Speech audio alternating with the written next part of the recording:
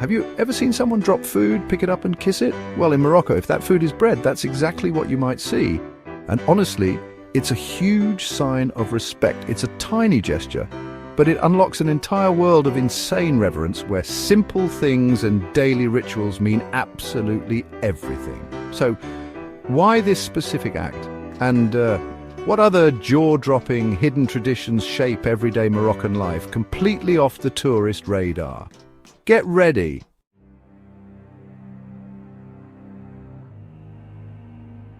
Morocco.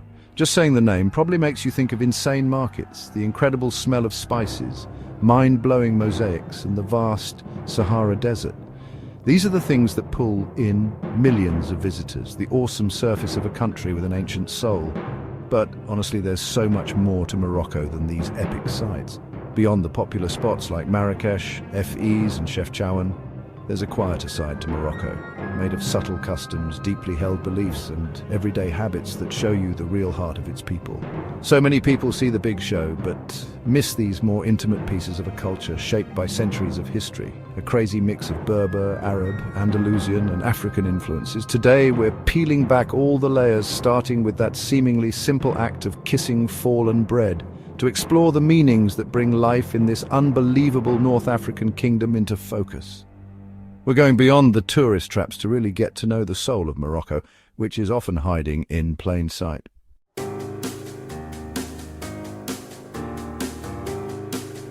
That moment a Moroccan sees a piece of bread, or cobs as they call it, on the ground, it's absolutely mind-blowing.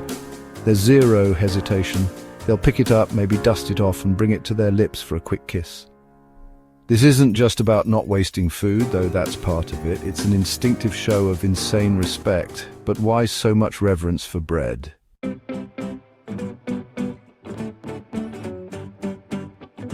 Well, bread in Morocco is a massive deal for tons of reasons. Religious, cultural, and even social. In Islam, the main religion, bread is seen as a blessing from Allah, a direct gift of life.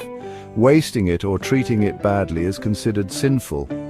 It's said that the Prophet Muhammad taught that even the tiniest fallen crumb should be picked up and placed somewhere easy to reach, like on a wall, so someone in need wouldn't have to bend down for it, saving their dignity. This teaching really shows not just how sacred bread is, but also ideas about charity and respecting others, no matter what.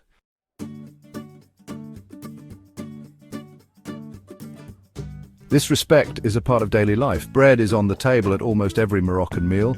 And, you know, it's not just food. It's often used like a spoon to scoop up tagines, salads and sauces. Sharing bread from the same loaf is a powerful symbol of togetherness, community and welcome. Families might bake their own bread daily, or more often, take their hand-kneaded dough to the local communal oven, the faran. This itself is a cherished ritual.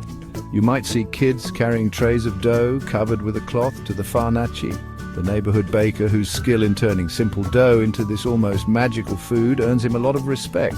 Each family's loaf might even have a unique mark, so they know whose is whose, a little touch of individuality in a shared activity.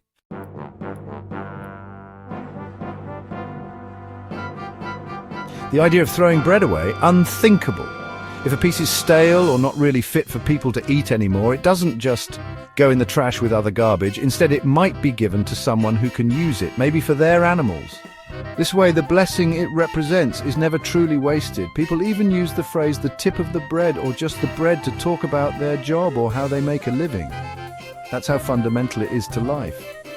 So when you see someone kiss fallen bread, you're watching a tradition born from deep gratitude, a recognition of divine gifts, and a way of life that holds communities together.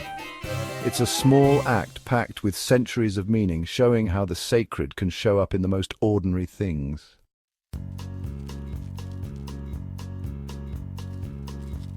This insane respect for something as basic as bread is an awesome starting point to understand just how rich Moroccan culture is. It shows how everyday actions are filled with layers of meaning, often missed by a quick look. But this is just one thread in a vibrant tapestry of traditions. The reverence for bread points to a broader cultural focus on hospitality, community, spirituality, and keeping heritage alive. These values spread outwards, showing up in so many other customs that give you an inside look at the Moroccan way of life. far from the usual tourist packages. Let's explore a few more of these less known, or maybe just less understood, practices that paint a fuller, more fascinating picture of this incredible country.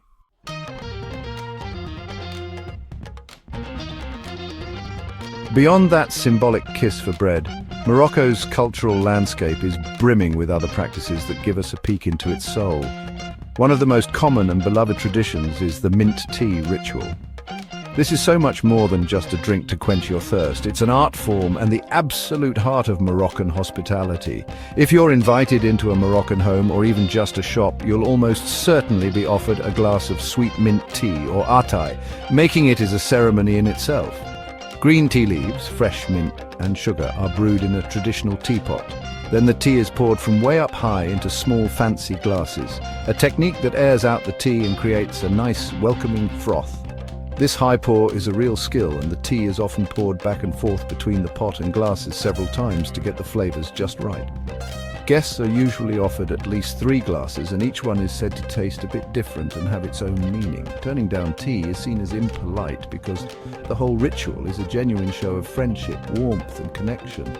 It's a time to slow down, chat and build relationships. Sharing tea truly captures those deep-rooted Moroccan values of generosity and making guests feel honored and welcome.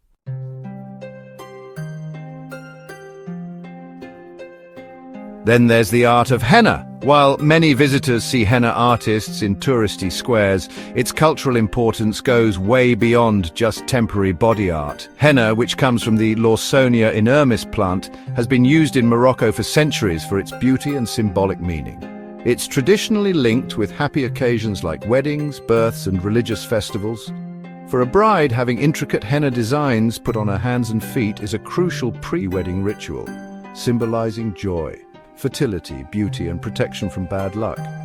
The patterns themselves are often full of meaning. Designs like the kamsa, an open right hand, are for protection, while geometric or floral patterns can show regional styles and personal stories. Unmarried women might have simpler designs, often just on their hands. More than just for ceremonies, putting on henna can also be a social thing for women, a time to bond and share. It's believed to bring barakah, or blessings, and to keep away the evil eye.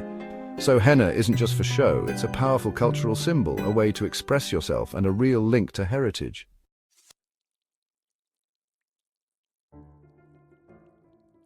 And you can't really talk about Moroccan traditions without mentioning the hammam. The public bathhouse, or hammam, is an ancient institution with roots in Roman bathing traditions and Islamic ideas about cleanliness and purification. Usually found near mosques, hammams are for more than just getting clean, they're vital social centers. Men and women go separately, often on different days or in different parts of the building. The ritual usually means moving through rooms with different temperatures. A warm room to get used to the heat and open up your pores, then a hotter steam room. This is where the traditional black soap, savon beldi, made from olives, is put on, followed by a good scrub with a kessa glove to get rid of dead skin. The whole thing is both cleansing and energizing. While there are private, more tourist-focused hammams, the public hammam gives you an authentic taste of Moroccan daily life, a place to relax, socialize, catch up on news, and strengthen community ties. It's an intimate cultural experience that says a lot about the Moroccan focus on both physical and spiritual well-being, as well as community connection.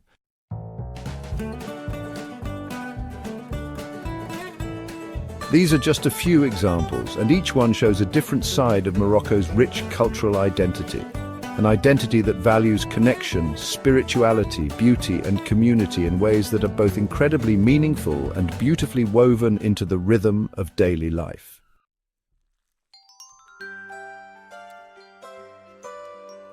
While the quiet respect of kissing bread or the cozy ritual of tea tells us a lot about everyday Moroccan values, there are times when these cultural currents burst into vibrant public celebrations, showing off the nation's soul on a much bigger stage.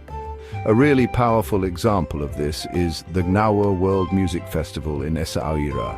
This annual event, usually in June, isn't just any music festival, it's a massive cultural happening that captures Morocco's deep history, spiritual traditions, and its amazing ability to mix ancient heritage with what's happening globally today.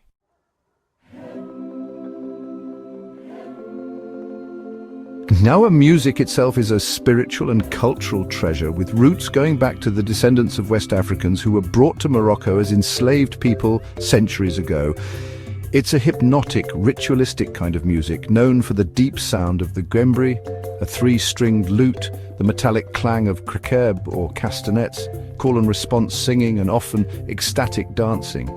The lyrics call on ancestors and spirits, and the music is traditionally used in healing ceremonies and spiritual rituals, blending the sacred with the everyday.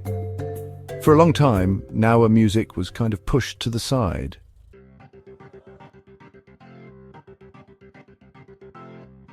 But the festival, which started in 1998, has been hugely important in bringing this art form to national and international attention. It's given a global stage to the Malems, the master Gnaoua musicians, and has led to some incredible musical collaborations, where these ancient rhythms meet jazz, blues, rock, reggae, and music from all over the world.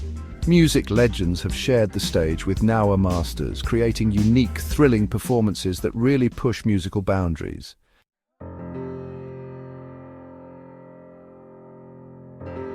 The Gnaoua World Music Festival pulls hundreds of thousands of visitors to the historic coastal city of Essaouira, which is itself a UNESCO World Heritage Site. Many performances are free, so tons of people can experience it, but beyond the huge crowds and amazing music, the festival is a powerful symbol. In 2019, Gnaoua music was officially recognized by UNESCO as part of the intangible cultural heritage of humanity, highlighting its global cultural and spiritual importance. The festival also hosts discussions on human rights and cultural exchange, adding another layer to its meaning.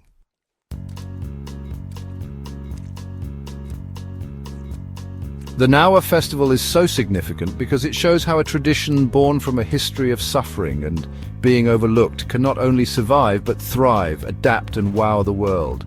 It shows Morocco's dedication to looking after its diverse cultural heritage while also connecting with the wider world. It's a lively, pulsating example of how ancient spiritual practices keep energizing modern culture, offering a unique and eye-opening experience that really changes how you see Morocco and what it offers. A living, breathing mix of sound, spirit and shared humanity. It's proof of culture's lasting power to heal, unite and inspire.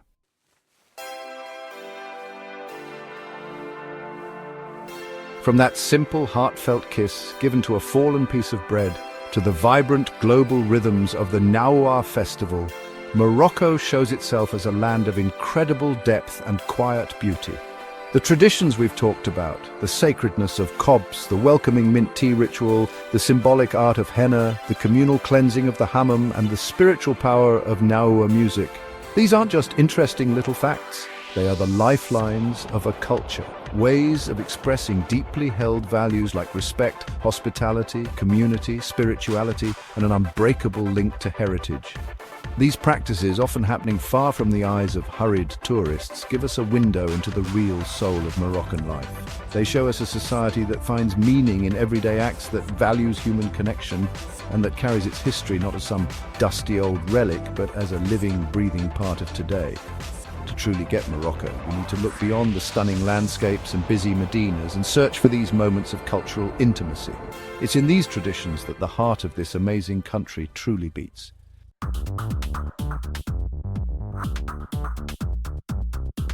We've only just scratched the surface of Morocco's incredible cultural richness. What hidden Moroccan tradition are you most curious about? Or what surprising customs have you stumbled upon in your own travels? Smash your thoughts and experiences in the comments below. We want to hear from you.